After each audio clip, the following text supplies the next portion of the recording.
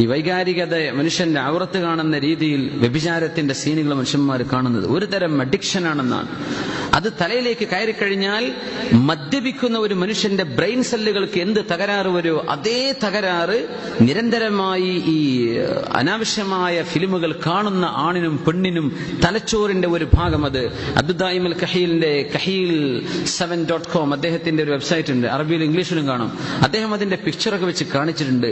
മനുഷ്യന്റെ ബ്രെയിൻ തകരാറിലാവുക, അവിടുത്തെ ബ്രെയിൻ സെല്ലുകൾ നശിച്ചു പോവുകയാണ്. ഇത് അള്ളാഹു ചെയ്യുന്നൊരു ശിക്ഷയാണ്, ഹറാമിലേക്ക് ഇങ്ങനെ നോക്കിയിട്ടേ. അപ്പൊ മനുഷ്യന് ഇങ്ങനെ അഡിക്ഷൻ വന്നു പോകുന്ന മനുഷ്യൻ അറിയണില്ല ഇത് കുട്ടിയാണോ വല്ല ഉമ്മയാണോ പെങ്ങളാണോ. ഞാൻ എന്താ മനുഷ്യൻ മൃഗമായിട്ട് മാറില്ലേ?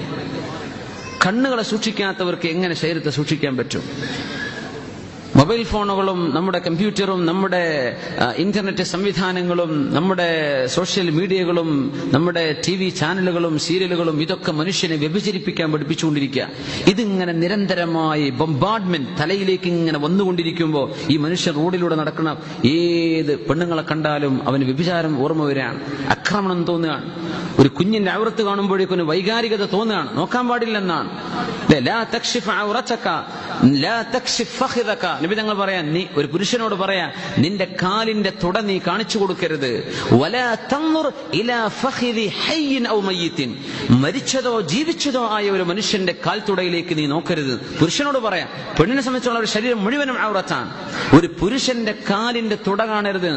ബാക്ക് റൂമിൽ മനസ്സിലാക്കുക, കുളിക്കാൻ പോയിട്ട് ഇന്നർ വെയർ ഇട്ടിട്ട് റൂമിലൂടെ നടന്ന് പാൻറിടാൻ നടക്കുന്ന മനുഷ്യന്മാരെ മനസ്സിലാക്കുക, കാലിന്റെ മുകളിൽ മുട്ടിന്റെ മുകളിലേക്ക് കാണിക്കൽ ഹറാമാണ്. ഒരു മനുഷ്യൻ കാണിച്ചു നടക്കാൻ നീ നോക്കാൻ പാടില്ല. ജീവിച്ചിരിക്കുന്നവനോ മരിച്ചവനോ ആയ മനുഷ്യന്റെ കാലിന്റെ തുടയിലേക്ക് നീ നോക്കരുതെന്ന് പരിശുദ്ധ റസൂലുള്ളാഹി സ്വല്ലല്ലാഹു അലൈഹി വസല്ലം. ഒന്നുമല്ല നമ്മൾ മനുഷ്യരെ, അള്ളാഹു ആ രീതിയിലാണ് നമ്മളെ പഠിച്ചത്. ഒരു വൈകാരികത തോന്നിയേക്കും. ഈ തോന്നൽ വരാതിരിക്കണമെങ്കിൽ കണ്ണ് കൺട്രോൾ ചെയ്യണം. കണ്ണ് ചിമ്മണമെന്നല്ലേ പറഞ്ഞത്? ഉള്ളൂ മിൻ അബ്സാരിക്കും, കണ്ണുങ്ങൾ ചിമ്മണം. ഇത് ചിമ്മാതെ നടന്നാൽ മനുഷ്യൻ മൃഗമായിട്ട് അതപ്പതിക്കും. അതാ നമ്മൾ ഈ കണ്ടുകൊണ്ടിരിക്കുന്നത്. മനുഷ്യൻ മൃഗമാകുന്നത് ഈ പോണോഗ്രഫിയും മോശമായ ഈ വീഡിയോസും മനുഷ്യൻ കണ്ടതിന്റെ ശേഷമാണ്. അതുകൊണ്ട് ചെറുപ്പക്കാരെ മനസ്സിലാക്കി, തലച്ചോറ് നശിപ്പിക്കേണ്ട. അള്ളാഹു തരുന്ന മുഖത്തെ പ്രകാശം നഷ്ടപ്പെടും. ഹിക്മത്ത് വായിലൂടെ, ഇൽമുള്ളൊരു വർത്തമാനം പോലും നാവിലൂടെ വരില്ല എന്നാ അള്ളാഹു തആല അത്രക്ക് മനുഷ്യനെ മരവിപ്പിച്ചു കളയും. വ്യഭിചാരത്തിന്റെ സീനുകൾ നോക്കുന്ന മനുഷ്യന്മാർ, അത് ചെയ്യുന്നവരുണ്ട്. ഇന്നല്ലദീന യുഹിബ്ബൂന അൻ തശീഅൽ ഫാഹിഷതു ഫില്ലദീന ആമനൂ ലുഇനൂ ഫിദ്ദുനിയ വൽ ആഖിറ. സത്യവിശ്വാസികളും വിശ്വാസിനികളും തോന്നിവാസമുള്ള വീഡിയോകളും പിക്ചറുകളും കാണണമെന്ന് ആഗ്രഹിച്ച് പോസ്റ്റ് ചെയ്യുന്ന ആളുകൾ ലുഇനൂ ഫിദ്ദുനിയ വൽ ആഖിറ, ദുനിയാവിലും ആഖിറത്തിലും അവർ ശപിക്കപ്പെട്ടവരാണെന്ന് പരിശുദ്ധ ഖുർആൻ. വലഹും അദാബുൻ അലീം, വേദനാജനകമായ ശിക്ഷ അവർക്കുണ്ട് ഇതൊക്കെ പ്രചരിപ്പിക്കുന്ന ആളുകൾക്ക്. അതിന്റെ ഫലമാണ് ഈ പീഡനത്തിന്റെ കഥകളൊക്കെ. കുട്ടികൾ നമുക്ക് പിടിച്ചുവെച്ചിട്ട് പെട്ടിയിലടക്കാൻ പറ്റുമോ? മനുഷ്യനല്ലേ ഇത് ചിന്തിക്കേണ്ടത്? പുരുഷന്മാർ ഇത് ചിന്തിക്കണ്ടേ? ആണും പെണ്ണും ചിന്തിക്കണ്ടേ? അതുകൊണ്ട് മനുഷ്യൻ കണ്ണിനെ സൂക്ഷിക്കണം. യഗുള്ളൂ മിൻ അബ്സാരിഹിം വയഹ്ഫദൂ ഫുറൂജഹും, കണ്ണ് സൂക്ഷിക്കാതെ വ്യഭിചരിക്കാതിരിക്കാൻ പറ്റില്ല. വ്യഭിചാരം വരുന്നത് കണ്ണുകൊണ്ട് കണ്ടതിന്റെ ശേഷമാണ്.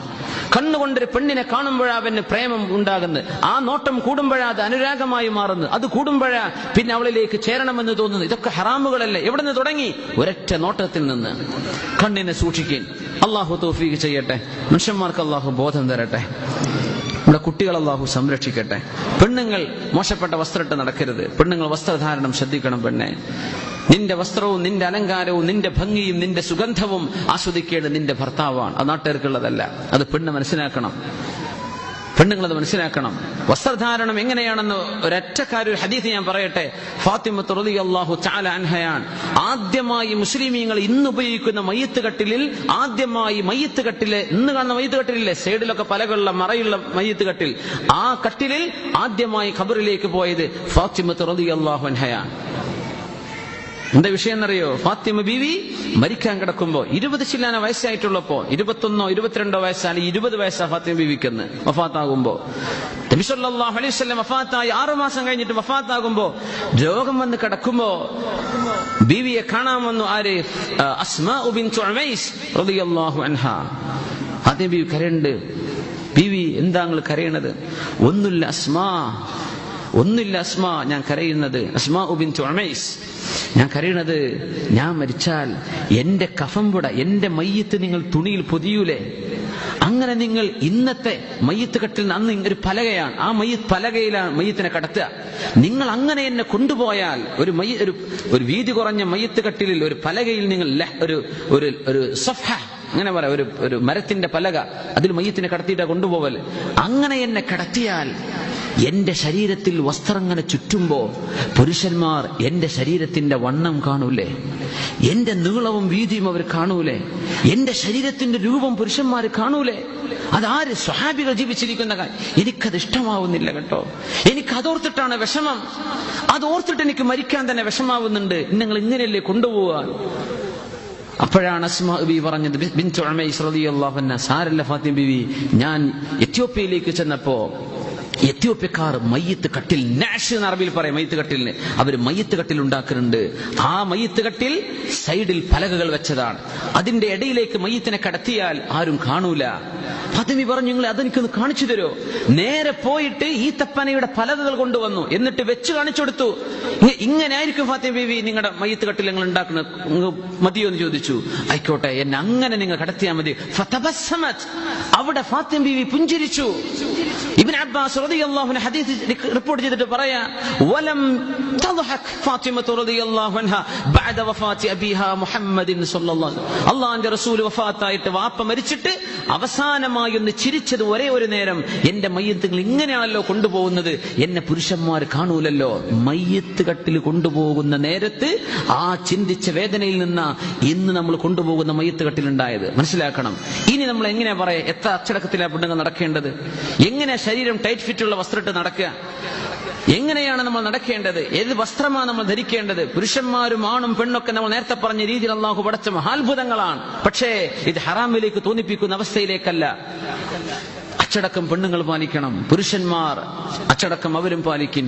എങ്കിലേ ഇതൊക്കെ പരിഹരിക്കാൻ പറ്റൂ. അല്ലാതെ നമുക്ക് പട്ടാളം പോലീസിൽ റോട്ടിലേക്ക് ഇറക്കിയിട്ടൊന്നും പീഡനം തടയാൻ പറ്റൂല.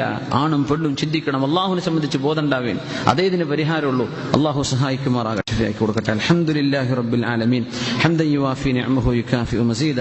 അല്ലാഹുമ്മ സ്വല്ലി അലാ സയ്യിദിനാ മുഹമ്മദിൻ വഅലാ ആലി സയ്യിദിനാ മുഹമ്മദിൻ വബാരിക് വസല്ലിം അലൈഹി.